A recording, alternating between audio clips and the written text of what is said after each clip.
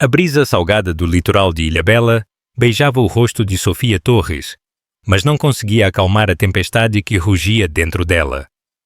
O perfume de 1000 jasmins brancos, um aroma de pureza e novos começos, era uma ironia quase sufocante.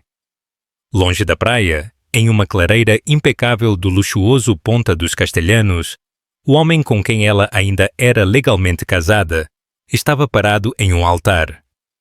O sol do fim de tarde, com seu dourado enganador, banhava a cena enquanto ele sorria para outra mulher. Sua amante. A mão de Sofia pousou, quase por instinto, sobre a suave curva de sua barriga, um segredo de 5 meses que ele nem sonhava ter ajudado a criar. Em sua maleta de couro, 2 documentos pesavam mais que chumbo, uma liminar para interromper a cerimônia ilegal e o contrato pré-nupcial, um acordo de 10 anos que ele acreditava ser apenas uma formalidade, mas que ela sabia ser uma bomba relógio. Com a cabeça erguida e o coração blindado por uma frieza assustadora, ela começou a caminhar. Sofia e André Monteiro eram, aos olhos do mundo, o casal perfeito de São Paulo.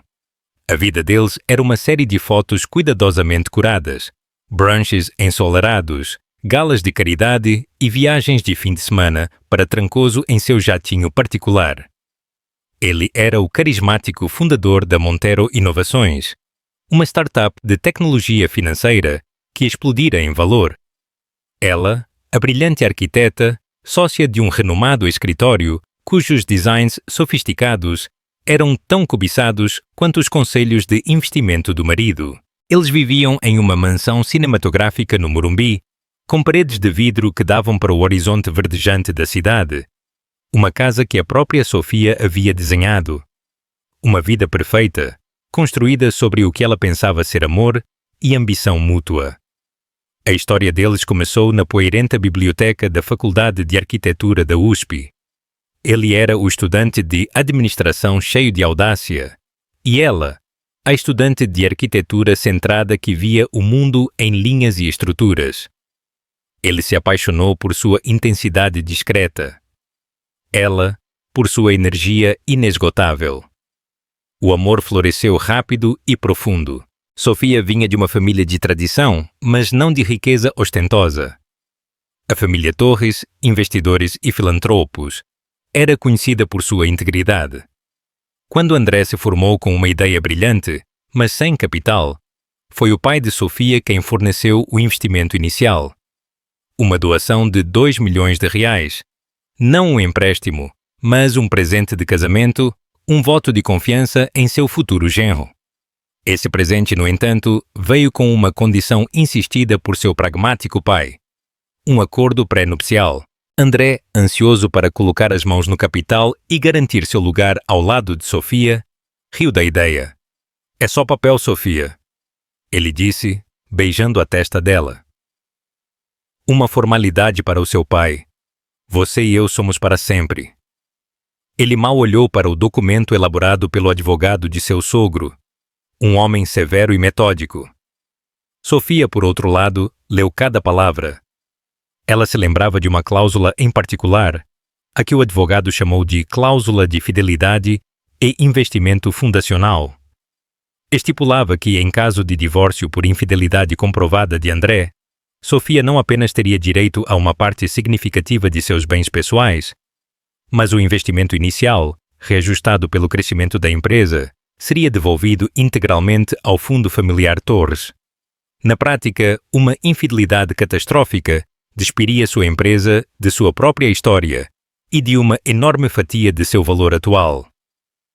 Na época, parecia uma proteção abstrata, quase ofensiva, para um desastre que jamais aconteceria. Agora era seu escudo e sua espada. Por 10 anos, o casamento pareceu idílico. Eles eram um casal poderoso, uma equipe. Apoiavam-se mutuamente em suas carreiras, davam as festas mais exclusivas de São Paulo e apresentavam uma frente unida e formidável para o mundo. Mas por trás das paredes de vidro de sua casa perfeita, as rachaduras começaram a se formar. De forma sutil, André se tornou mais distante. Suas viagens a negócios ficaram mais longas e frequentes. Ele passou a proteger o celular como se contivesse segredos de Estado, afastando a tela dela até mesmo quando recebia uma mensagem simples. Ele descartava as preocupações dela com um casual: "É só trabalho, Sofia. Negócios de alto risco. Você sabe como é." Mas a verdadeira ferida foi a luta para ter uma família. Eles tentaram por anos, 3 rodadas de FIV, inúmeras consultas médicas, uma montanha russa de esperança e desespero que cobrou um preço pesado de Sofia.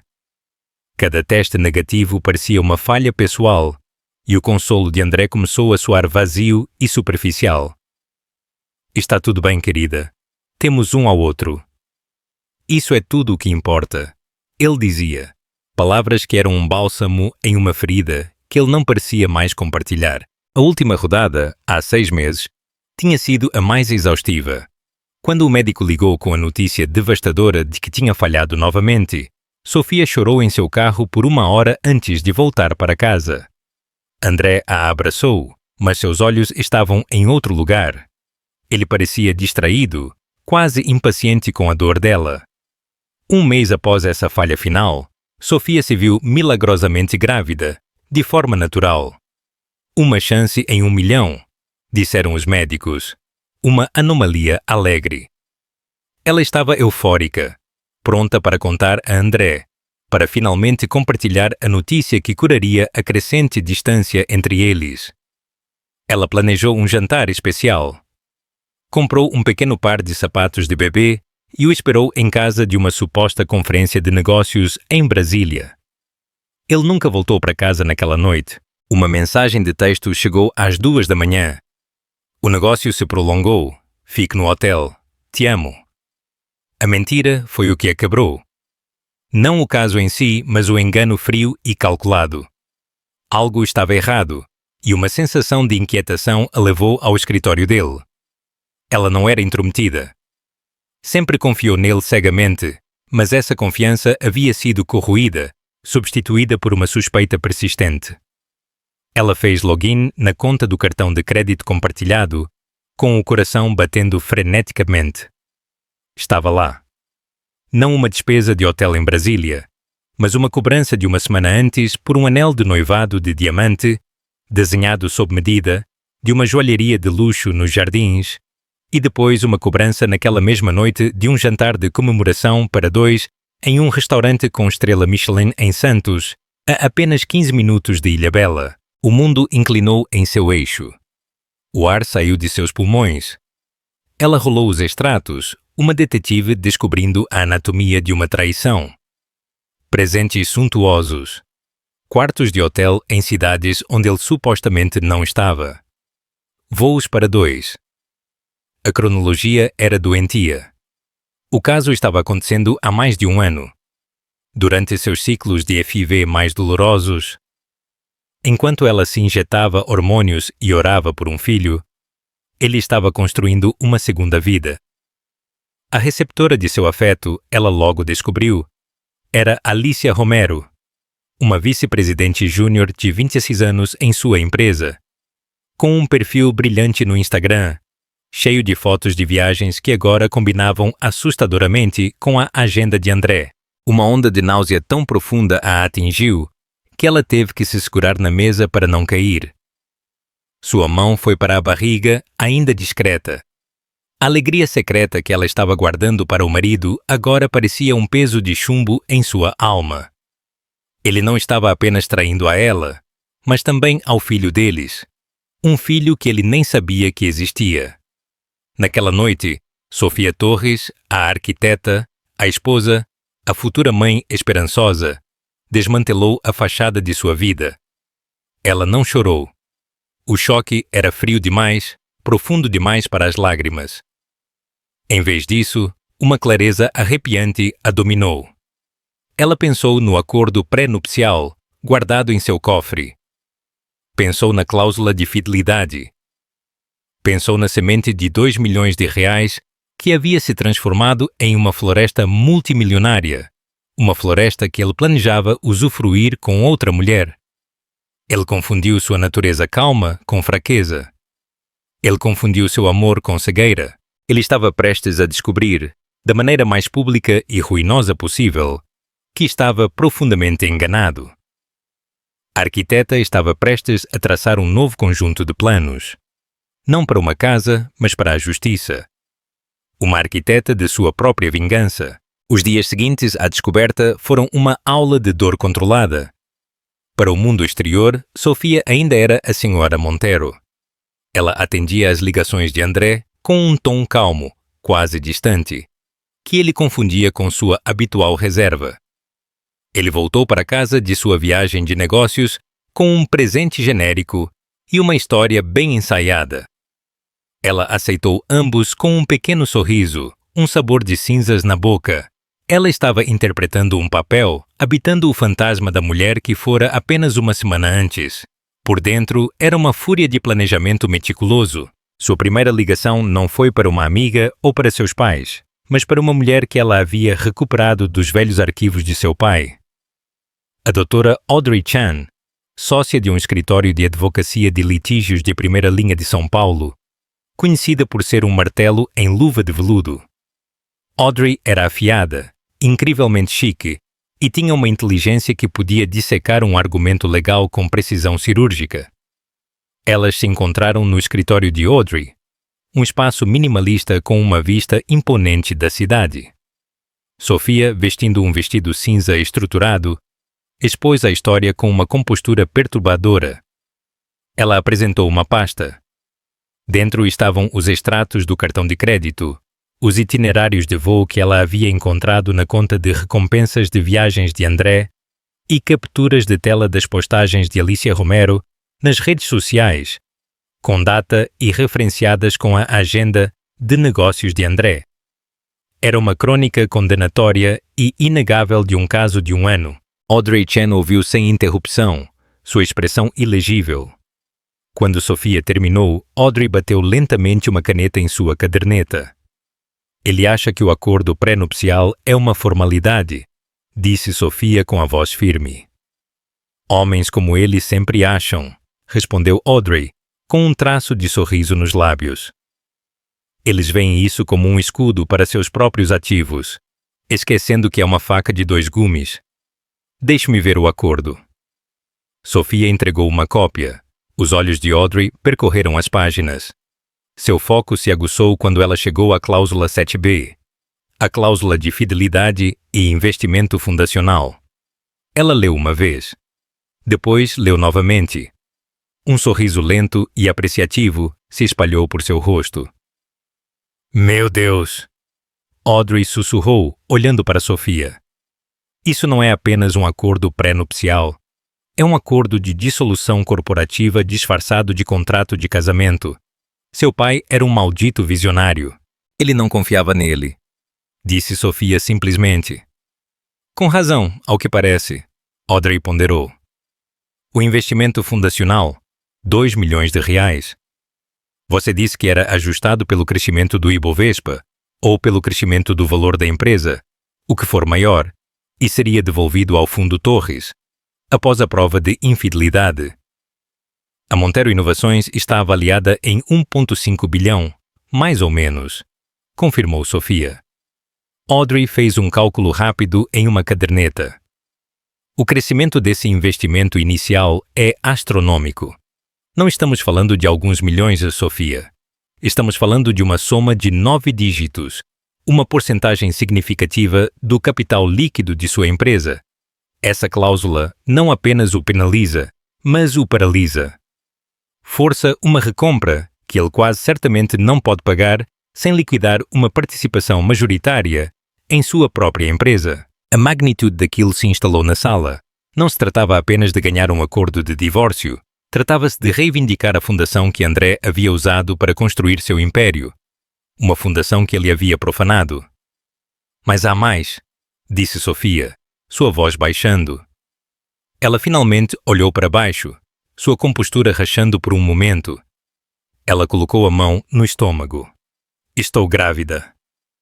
A máscara profissional de Audrey se suavizou em uma empatia genuína. Oh, Sofia, ele sabe? Não, e ele não vai saber. Não até eu estar pronta. A gravidez mudou todo o cálculo legal. Adicionou considerações de pensão e custódia. e uma camada de alavancagem emocional e moral que era inestimável. A mente de Audrey já estava acelerada, formulando uma estratégia de múltiplas frentes. Nos 2 meses seguintes, elas trabalharam em segredo. Audrey contratou um detetive particular, um ex-policial discreto chamado Roberto Findlay, para coletar provas irrefutáveis. Findlay era um fantasma. Ele produziu fotografias de André e Alicia, entrando em um luxuoso apartamento em São Paulo, um ninho de amor que André havia comprado por meio de uma empresa fantasma. Ele gravou conversas de uma mesa ao lado em restaurantes, onde André falava de seu casamento infeliz e frio, e de seus planos para um futuro com Alicia. Ele até documentou André dizendo a um amigo próximo que ele e Sofia estavam praticamente separados e que ela era incapaz de ter filhos. Uma mentira tão cruel que o sangue de Sofia gelou. Essa informação era um tesouro estratégico. Provava a intenção maliciosa dele. Ele não era apenas um homem que havia se desviado, mas que estava ativamente reescrevendo sua história para justificar sua traição e manipular sua nova parceira. Foi durante a investigação de Findlay que elas descobriram o casamento. Ele não está apenas tendo um caso, disse Audrey, sua voz sombria, ao telefone em uma terça-feira de manhã. Ele está planejando cometer bigamia. Findlay havia descoberto uma permissão para um evento apresentada em Ilhabela para uma cerimônia privada no Ponta dos Castelhanos. Os nomes na permissão eram Alexandre Duarte e Sofia Ribeiro. A data foi marcada para 6 semanas depois. A audácia daquilo era impressionante. Ele ia se casar com a amante enquanto ainda era casado com Sofia, presumindo que um divórcio rápido e silencioso poderia ser resolvido depois, antes que alguém percebesse. Ele contava com Sofia sendo uma vítima digna, submissa e de coração partido que assinaria qualquer papel que ele colocasse na frente dela para que a dor desaparecesse. Ele está nos dando um presente, Sofia, disse Audrey, seu tom mudando de choque para uma emoção predadora.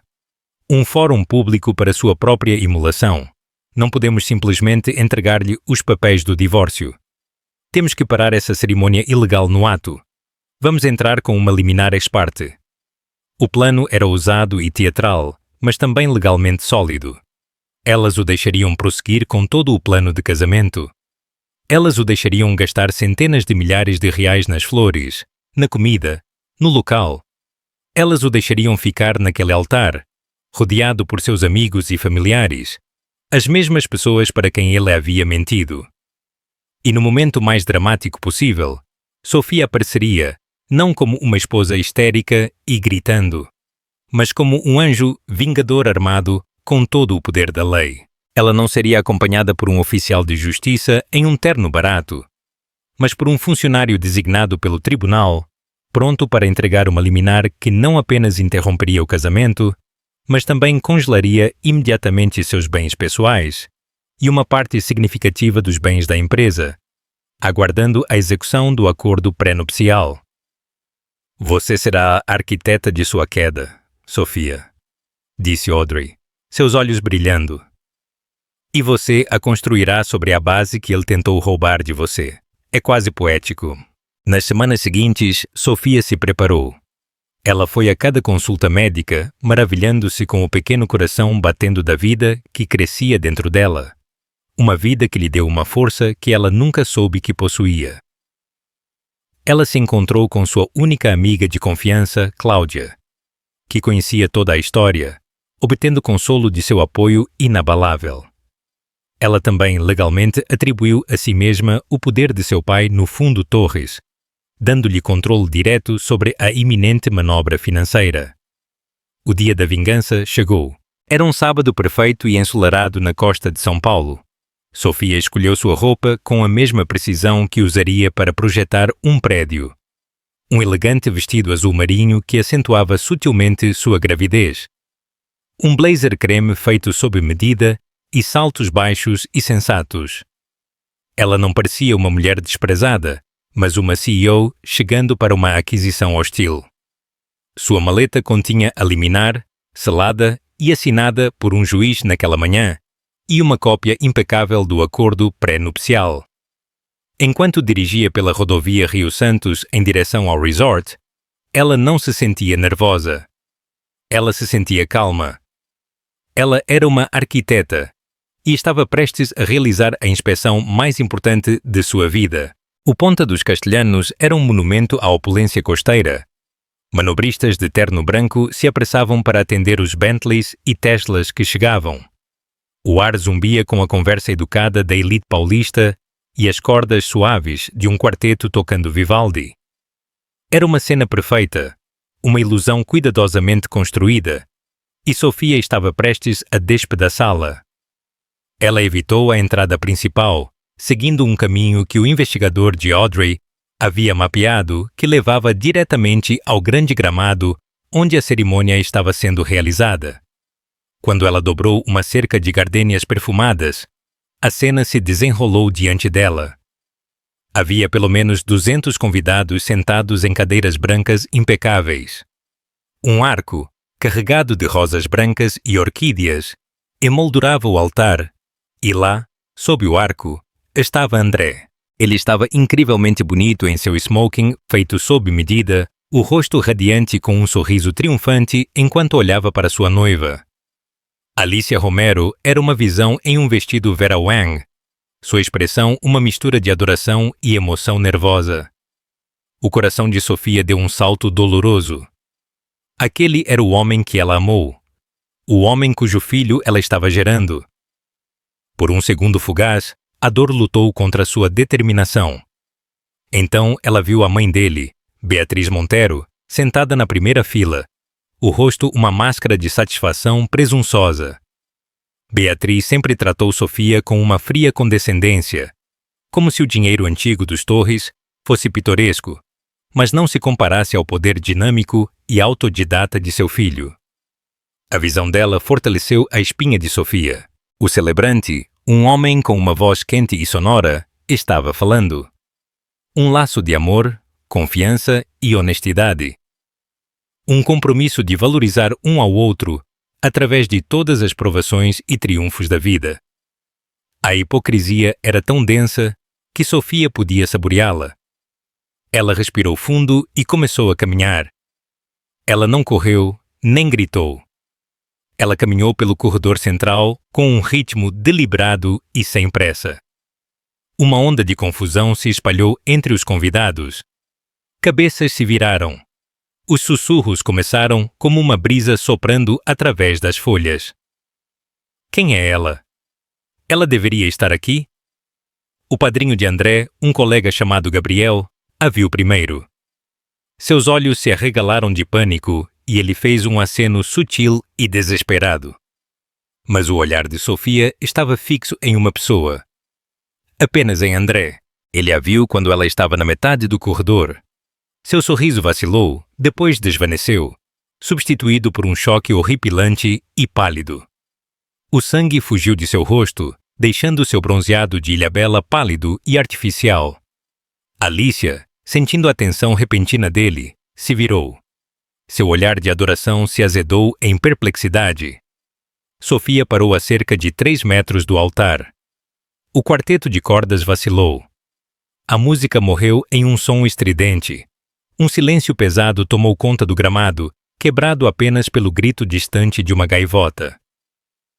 André, disse Sofia, sua voz clara e firme, amplificada pelo silêncio repentino.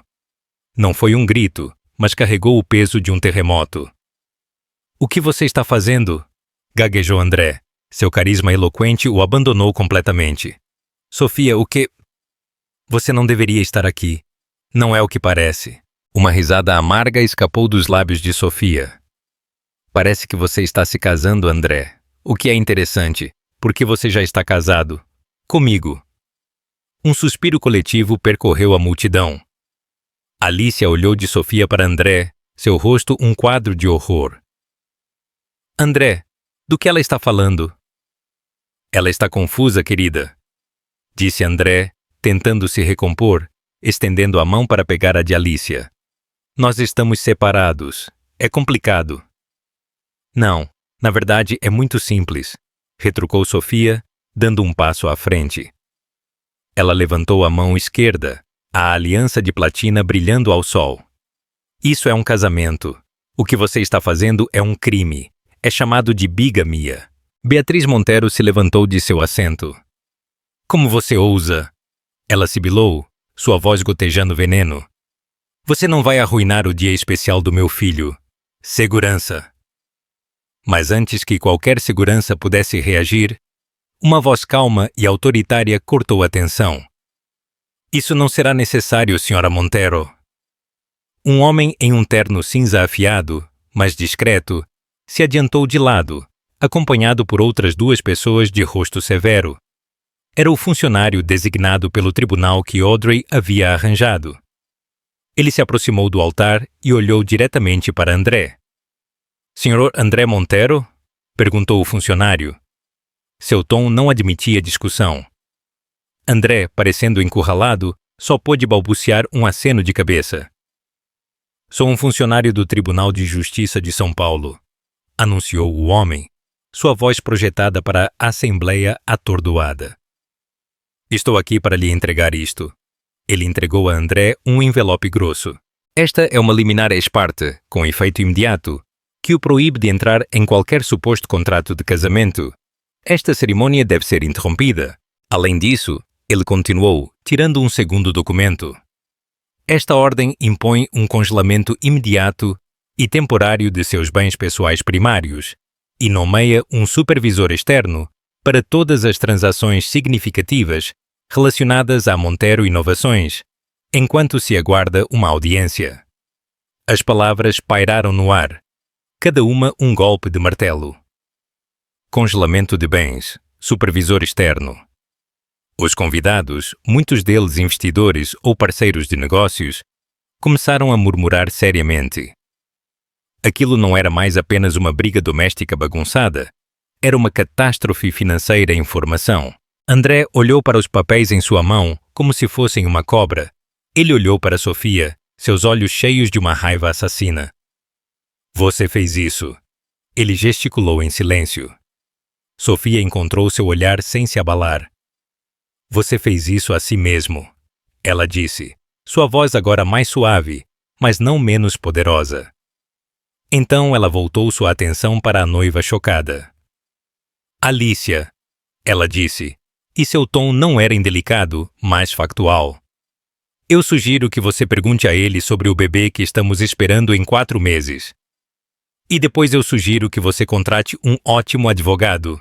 Ela deixou seu blazer se abrir ligeiramente, e pela primeira vez, a curva suave e inconfundível de sua gravidez ficou visível para todos. Foi o golpe final devastador. Alicia Romero olhou da barriga de Sofia para o rosto pálido de André. A mentira que ele lhe contara, de que sua esposa era fria, de que eles não podiam ter filhos, explodindo em sua mente. Um soluço sufocado escapou de seus lábios.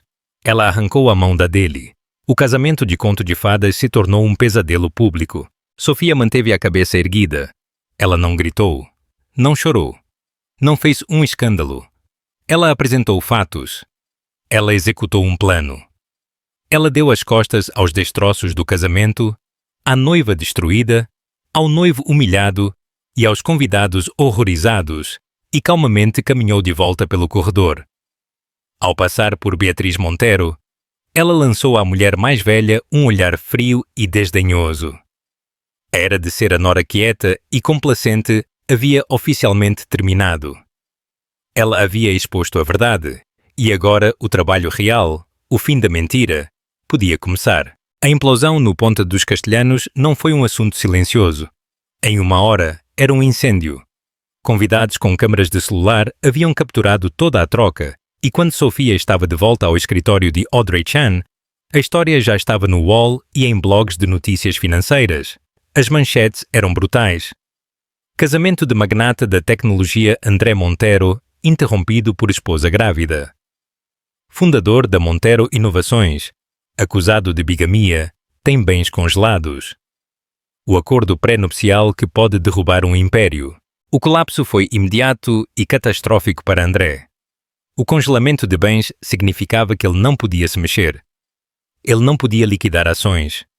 Ele nem sequer podia pagar os fornecedores do casamento sem aprovação judicial. O preço das ações da Montero Inovações, uma empresa de capital aberto, despencou nas negociações pré-mercado. O Conselho de Administração, uma coleção de figuras poderosas que valorizavam a estabilidade e a reputação acima de tudo, convocou uma reunião de emergência. A imagem cuidadosamente elaborada de André como um líder brilhante e estável se despedaçou. Ele começou a ligar incessantemente para Sofia. As ligações começaram com ameaças furiosas, depois se transformaram em mensagens de voz desesperadas e suplicantes. Sofia, por favor, podemos conversar sobre isso.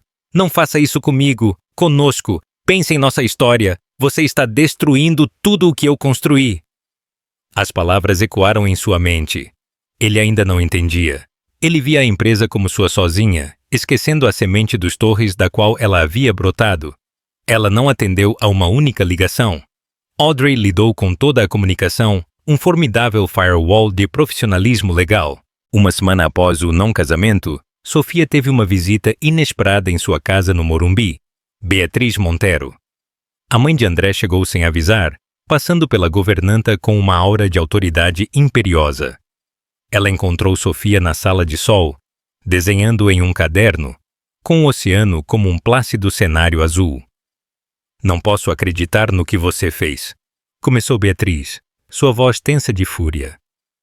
Humilhar publicamente meu filho, arrastar o nome da nossa família na lama. Por quê? Por um pouco de ciúme. Sofia calmamente pousou o lápis. Beatriz, se você está aqui para me intimidar, perdeu a viagem. Isso é entre seu filho e eu. E os tribunais. Isso é sobre a família! Beatriz exclamou. André é a família. Ele construiu um império. Você deveria ser a parceira dele, apoiá-lo. Em vez disso, você detona essa bomba. Tudo porque ele encontrou um pouco de felicidade em outro lugar. A audácia da declaração deixou Sofia momentaneamente sem palavras. Felicidade é como você chama traição, bigamia e abandono de sua esposa grávida? Ah, por favor. Beatriz bufou, agitando uma mão enfeitada de joias. A gravidez, que incrivelmente conveniente. Um último esforço para prendê-lo.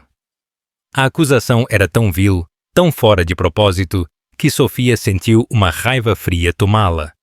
Saia da minha casa, ela disse, sua voz perigosamente calma. Esta é a casa do meu filho, replicou Beatriz.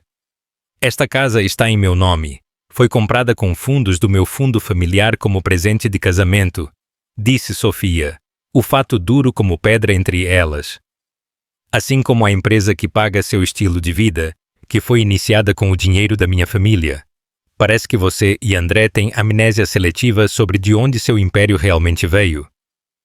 Agora saia, ou farei com que você seja retirada por invasão de propriedade. Beatriz ficou encarando, pela primeira vez em sua vida, parecendo completamente derrotada.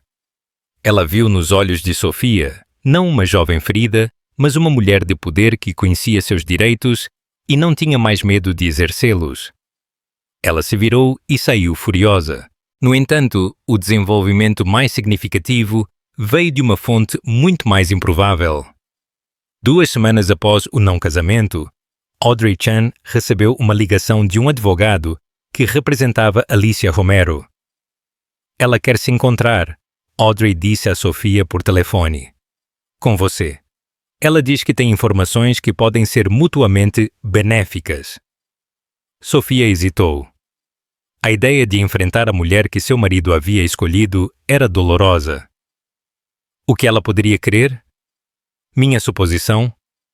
Vingança e autopreservação, disse Audrey pragmaticamente. André não apenas mentiu para você, Sofia. Ele também mentiu para ela. Ele vendeu uma fantasia para ela e agora ela enfrenta humilhação pública e um possível revés legal, como co-conspiradora, em uma empresa fraudulenta. Ela é uma mulher desprezada com conhecimento interno da empresa do seu marido. Isso a torna uma inimiga perigosa, ou uma aliada muito poderosa. Contra seu bom senso, Sofia concordou. A reunião foi organizada em um terreno neutro, uma sala de conferências privada em um hotel em Campinas. Alicia Romero não se parecia em nada com a noiva radiante do casamento. Ela estava pálida e magra, vestindo calças pretas simples e uma blusa de seda. A arrogância juvenil havia sumido, substituída por um olhar cansado e endurecido. Obrigada por se encontrar comigo, Sofia. Alicia começou, sua voz trêmula. Sei que você não tem motivos para ser gentil comigo. Não estou aqui para ser gentil. Estou aqui para ouvir, respondeu Sofia, seu tom neutro. Ele me disse que o casamento de vocês tinha acabado, disse Alicia, os olhos cheios de lágrimas que ela parecia determinada a não derramar. Ele disse que era um acordo de negócios sem amor por anos. Ele disse que vocês dois estavam muito focados em suas carreiras, que não queriam uma família. Ele disse que o divórcio seria simples e amigável. E cada palavra era uma pequena facada, uma confirmação da narrativa cruel que André havia tecido. Ele mentiu sobre tudo, continuou Alicia, com um novo e mais duro tom em sua voz. Depois daquele dia, ele me ligou, gritou comigo. Me culpou por ser indiscreta, por pressionar por um casamento. Ele me chamou de idiota ingênua. Percebi que eu não era a parceira dele. Eu era apenas a próxima aquisição. Um modelo mais jovem e mais complacente. Ele me usou, disse Alicia, e usou você, mas ele também usou a empresa. Ele não é apenas um mentiroso em sua vida pessoal. Ele é um mentiroso em seus negócios. Isso era o que Audrey esperava. O que você quer dizer, Sra. Romero? Ela interrompeu suavemente. Alicia respirou fundo. André tem um fundo de projetos especiais. É assim que ele chama. É uma conta offshore registrada nas Ilhas Cayman.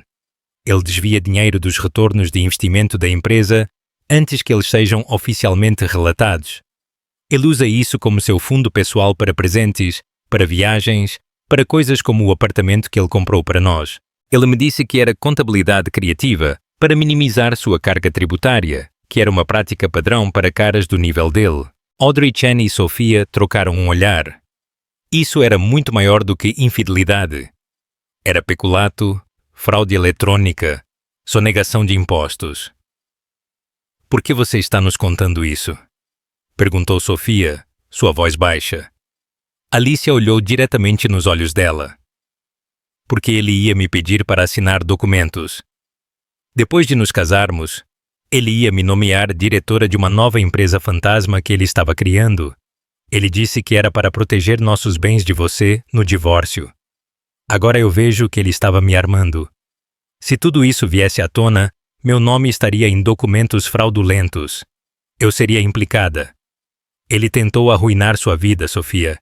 Ele estava perfeitamente disposto a arruinar a minha também, para salvar a si mesmo. Eu não vou afundar por ele. Alicia abriu a maleta e deslizou uma pasta pela mesa. Estes são números de conta que eu me lembro, nomes de empresas fantasmas, códigos de projetos internos que ele usou para disfarçar os saques. É um começo. Eu dei ao meu advogado tudo o mais que eu sei. Sofia olhou para a pasta, depois para a mulher à sua frente. Ela não sentiu perdão. Ainda não. Mas ela sentiu uma estranha e sombria afinidade. Elas eram duas mulheres diferentes, de dois mundos diferentes, que haviam sido atraídas para a órbita do mesmo homem destrutivo, e ambas haviam sido queimadas.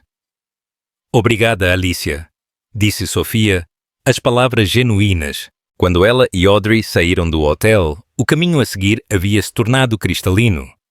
Isso não era mais apenas sobre fazer cumprir um acordo pré-nupcial.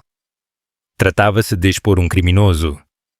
André Montero não apenas havia construído sua casa sobre uma fundação de mentiras.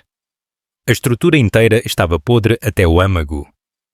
E agora, com uma chave inesperada de uma aliada improvável, elas tinham uma maneira de prová-lo.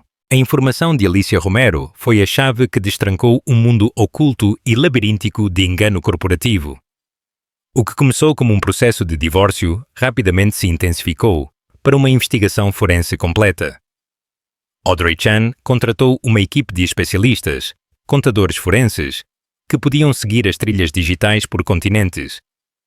O fundo de projetos especiais era apenas a ponta do iceberg. Usando os números de conta que Alicia havia fornecido, a equipe de Audrey, armada com intimações judiciais, começou a desvendar as camadas do império financeiro de André. O que eles encontraram foi um esquema sistêmico de vários anos para fraudar sua própria empresa e, por extensão, seus investidores. O esquema, que eles começaram a chamar de o engano Montero, era ousado e complexo. André vinha criando contas de fornecedores fantasmas. Ele aprovava pagamentos maciços da Montero Inovações por serviços de consultoria ou análise de dados para empresas fantasma que ele controlava em paraísos fiscais como as Ilhas Caimán e o Panamá. A partir daí, o dinheiro era lavado por meio de uma série de transações antes de ser canalizado para suas contas pessoais. Foi assim que ele financiou seu estilo de vida extravagante, o apartamento secreto, as escapadas de jatinho com Alicia. Tudo cobrado da empresa que ele deveria estar liderando. Ele não estava apenas traindo você, Sofia, Audrey explicou durante uma sessão de estratégia noturna em seu escritório, com as luzes da cidade cintilando lá embaixo. Ele estava roubando, não apenas do investimento fundacional que sua família fez, mas de cada acionista. A escala da fraude era impressionante. Mais de 50 milhões de reais em 5 anos. André se tornou arrogante, acreditando em seu próprio mito como um gênio intocável. Ele ficou descuidado, usando convenções de nomes semelhantes para suas empresas fantasmas e, ocasionalmente, usando seu motorista pessoal para enviar documentos, criando um rastro de papel que um investigador determinado poderia seguir. Enquanto as equipes jurídicas e financeiras aprofundavam a fraude, André estava desmoronando. Encurralado pelo congelamento de bens e enfrentando uma revolta de seu conselho de administração, ele se desesperou. Sua estratégia mudou do arrependimento fingido para a guerra aberta. Ele contratou um advogado de divórcio notoriamente agressivo, um homem chamado Mitchell Shaw, conhecido por suas táticas de terra arrasada. O primeiro movimento de Shaw foi contestar a validade do acordo pré-nupcial. Ele entrou com uma moção, alegando que André o havia assinado sob coação, que ele havia sido indevidamente influenciado pelo rico pai de Sofia em um momento em que ele era jovem e carecia de aconselhamento jurídico adequado. Ele pintou Sofia como uma herdeira fria e calculista que havia encurralado André desde o início. É uma tática de valentão clássica, disse Audrey, impassível. Eles estão tentando turvar as águas para pintá-la como a vilã. Não vai funcionar. A contramoção de Audrey foi uma obra-prima de destruição legal. Ela não apenas incluía um depoimento do advogado que havia representado André durante a assinatura do acordo pré-nupcial, confirmando que ele havia sido aconselhado de seus direitos e assinado voluntariamente, mas também anexava como uma exibição preliminar a primeira rodada de evidências dos contadores forenses. Era um aviso claro. Nós sabemos da fraude. Prossiga por sua própria conta e risco. A pressão sobre André foi imensa. O Conselho da Montero Inovações, aterrorizado com investigações da CVM e ações judiciais de acionistas, o forçou a tirar uma licença. Seu nome, uma vez um símbolo de sucesso, agora era sinônimo de escândalo. Seus amigos de interesse nos círculos sociais de São Paulo de repente pararam de retornar suas ligações.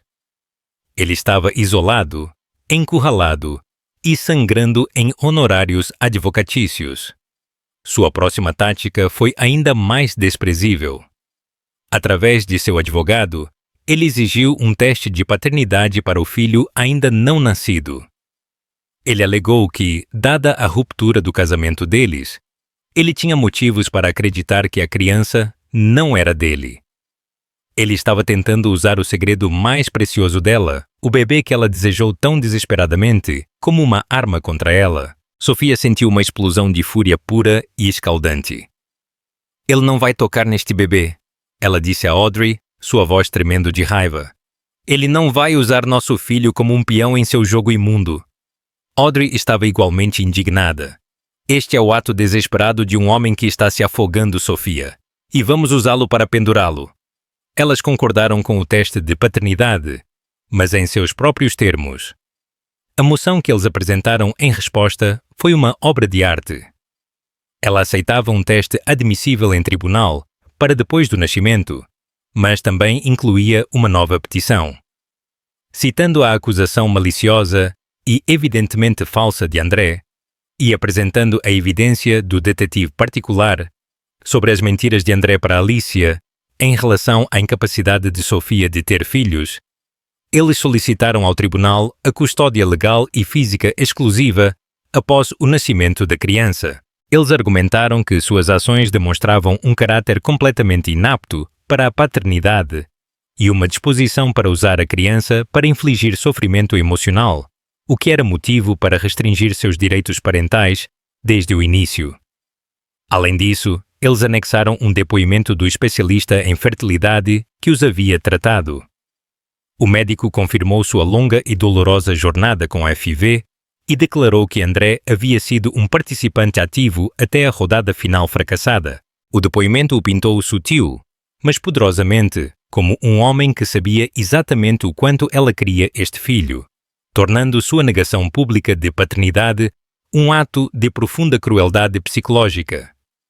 A moção foi um cheque-mate. Se André fosse o pai, ele teria se autodenominado publicamente como um homem cruel e manipulador, fortalecendo o caso de Sofia para a custódia exclusiva.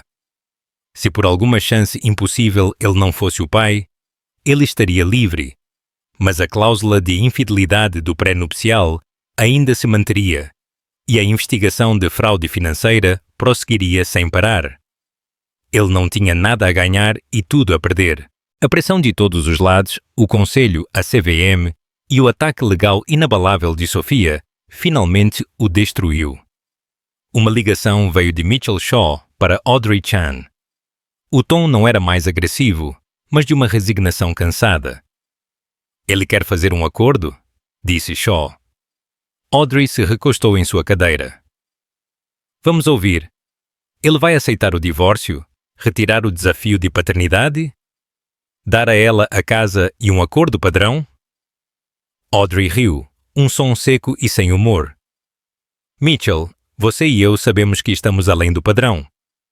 A posição inicial do meu cliente é esta: o cumprimento total da cláusula de fidelidade do pré-nupcial. Ele assinará o valor total calculado do investimento fundacional, que meus contadores colocam em 17 milhões de reais. Ele cederá a casa no Morumbi, livre de ônus.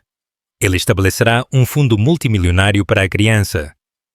Ele renunciará permanentemente a Montero Inovações e assinará um acordo de confidencialidade que o proíbe de falar de Sofia ou de seu filho publicamente. Em troca, Audrey fez uma pausa para o efeito.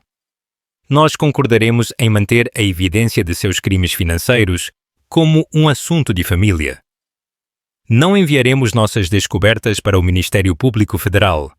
Ele evita a prisão. Esse é o acordo. Houve um longo silêncio do outro lado da linha. Shaw sabia que era uma oferta brutal de pegar ou largar. André ficaria arruinado, mas seria um homem livre. A alternativa era a aniquilação completa. Vou apresentá-lo ao meu cliente, disse Shaw baixinho, com o som da derrota em sua voz. Sofia o tinha. O engano Montero havia sido completamente exposto, não em um tribunal de opinião pública, mas na arena estéril e de alto risco da negociação legal, onde mais importava. Ela havia usado cada uma de suas mentiras, cada crime, cada ato desprezível contra ele, até que ele não tivesse mais jogadas. O acordo foi assinado em uma terça-feira, em uma sala de conferências no 40º andar de um arranha-céu do centro de São Paulo, que parecia completamente separado do mundo real lá embaixo. A sala era um estudo em anonimato bege, mobiliada com uma longa mesa de mogno polida que refletia os rostos tensos daqueles reunidos ao redor. O ar era denso com a história não contada de um casamento de uma década, que agora estava sendo clinicamente dissecada por advogados. Sofia sentou-se com Audrey Chan, um pilar de força silenciosa, ao seu lado. Do outro lado da vasta extensão de madeira polida, sentava-se André, flanqueado por seu advogado, Mitchell Shaw. André era um espectro do homem que estivera naquele altar, banhado pelo sol. Seu terno feito sob medida, uma vez um símbolo de seu poder, agora parecia pendurado em um corpo menor. A arrogância atrevida havia sumido, substituída por uma postura rígida e frágil. Seus olhos, uma vez vivos com um carisma ardente, estavam sem vida e fundos, fixos na pilha de documentos à sua frente como se fossem sua própria sentença de morte. Ele se recusou a olhar para Sofia, um último ato mesquinho de desafio que ela registrou com uma sensação de pena distante. Audrey deslizou o primeiro documento pela mesa. Esta é a transferência da escritura da propriedade do Morumbi, ela anunciou, sua voz nítida e clara. A mão de André tremeu ligeiramente ao pegar a caneta.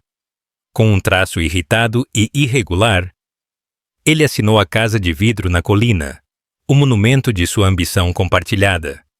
Sofia assistiu, seu coração firme.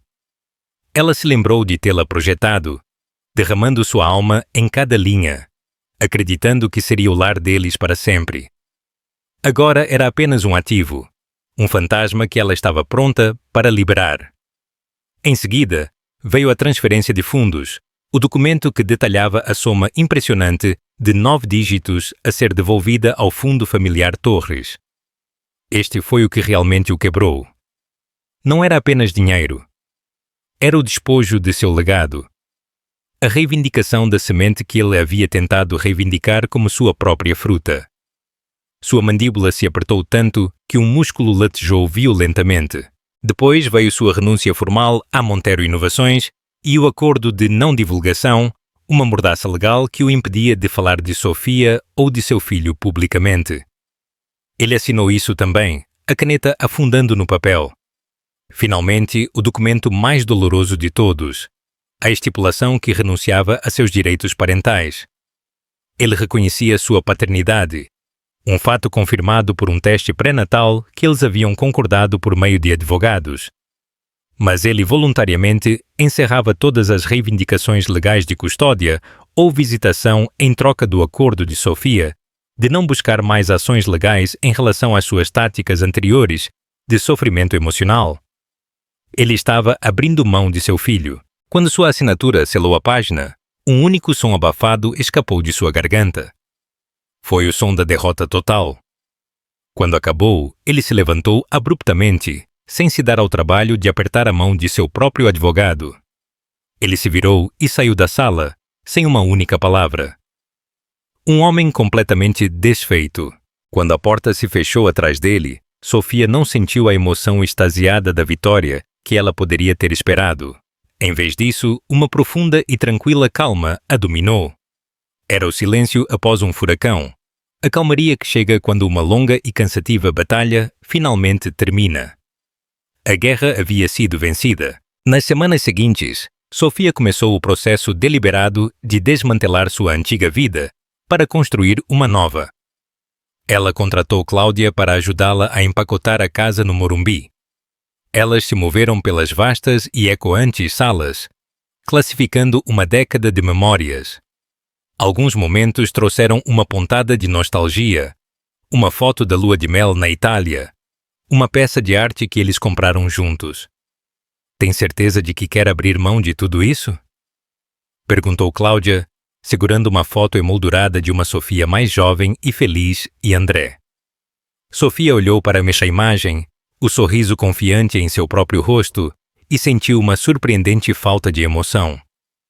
Aquela mulher não mora mais aqui, ela disse simplesmente, pegando a moldura e colocando-a em uma caixa rotulada como doar. Esta casa foi construída para um sonho que acabou sendo uma mentira. Meu filho e eu merecemos uma casa construída sobre a verdade. No dia em que ela entregou as chaves aos novos proprietários, ela sentiu uma libertação final e definitiva. Ao ir embora, ela não olhou para trás. Sua nova casa em Ilhabela era a antítese da mansão de vidro. Era uma casa em estilo colonial dos anos 40, aninhada entre árvores antigas, com um jardim espaçoso, e quartos aconchegantes cheios de luz natural e calor. Era uma casa que parecia um abraço. Era um santuário. 2 meses depois, Sofia deu à luz um menino saudável de 3,5 kg. Ela o chamou de Lucas, em homenagem a seu pai, o homem cuja visão lhe deu as ferramentas para lutar por seu futuro. Segurando seu filho pela primeira vez, seus pequenos dedos se curvando em torno dos dela, Sofia sentiu um amor tão imenso e avassalador que apagou os últimos vestígios de amargura e dor. Cada lágrima, cada noite sem dormir, cada momento de medo havia levado a este instante perfeito e sagrado. Esta era sua vitória. Este era seu império. A vida se instalou em um novo e pacífico ritmo. O escândalo diminuiu, como todos os escândalos eventualmente fazem. André, fiel aos rumores, foi visto pela última vez vivendo no Uruguai, um país sem tratado de extradição com o Brasil. Uma admissão silenciosa dos crimes dos quais ele havia escapado por pouco de ser processado. Em uma tarde ensolarada, com Lucas, de 6 meses, arrulhando em um cercadinho por perto, Sofia sentou-se em seu novo e luminoso escritório em casa. As paredes não estavam cobertas de gráficos legais, mas de painéis de cortiça com esboços e amostras de tecido. Ela havia feito mais do que apenas seguir em frente. Ela havia avançado. Ela havia medido a totalidade de seu próprio talento e lançado a torres de Zigns. Sua empresa não construiria monumentos de vidro frios para a riqueza. Sua missão, exposta no plano de negócios em sua mesa, era criar espaços quentes, sustentáveis e que afirmassem a vida para as famílias. Era a arquitetura como um ato de amor. Seu telefone tocou, exibindo o nome de um novo cliente, uma jovem família que queria que ela projetasse a casa dos sonhos deles. Ao atender, sua voz estava cheia de uma nova confiança e calor. Ela olhou dos planos em sua mesa para seu filho no cercadinho, os 2 alicerces de seu novo mundo. Ela já havia sido a parceira silenciosa na história de outra pessoa, a arquiteta de uma casa dourada. Agora, ela era a única criadora de sua própria vida, construindo-a do zero sobre uma fundação de força, integridade e o amor inabalável de uma mãe. E era lindo. A história de Sofia Torres é um testemunho poderoso do fato de que a força não é a ausência de dor, mas como respondemos a ela. Diante da traição máxima, ela se recusou a ser uma vítima. Ela transformou sua dor em estratégia, seu sofrimento em poder. Usando sua inteligência, seus recursos e uma vontade inabalável de proteger seu filho ainda não nascido, ela não apenas sobreviveu, mas projetou uma nova vida a partir das cinzas da anterior, provando que as fundações mais sólidas são aquelas que construímos para nós mesmos.